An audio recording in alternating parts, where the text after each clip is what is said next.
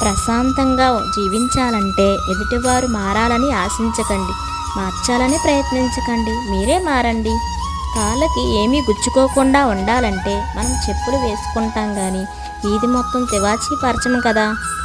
అప్పుడప్పుడు మనం ప్రకృతి దగ్గరగా జీవించడం వల్ల ఈ జీవితంలో ఎదురయ్యే సమస్యలను ఎదుర్కొని ప్రశాంతంగా ఉండడానికి దోహదపడుతుంది. మీరేమంటారు? ఈ సూత్రం జీవితానికి చాలా బాగా ఉపయోగపడుతుంది కదా.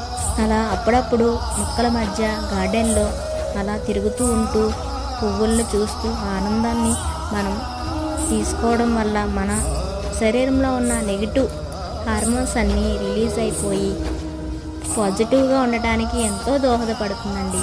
అలాగే మన విశ్వం కూడా మనం ఏది కావాలనుకుంటే అదే ఇస్తుంది. అంటే మనం ప్రకృతికి దగ్గరగా ఉండడం వల్ల మనలో నెగిటివ్స్ అన్నీ పోయి పాజిటివ్గా మారుతుంది. ఈ విషయం మీకు నచ్చితే సబ్స్క్రైబ్ చేయండి, కామెంట్ చేయండి.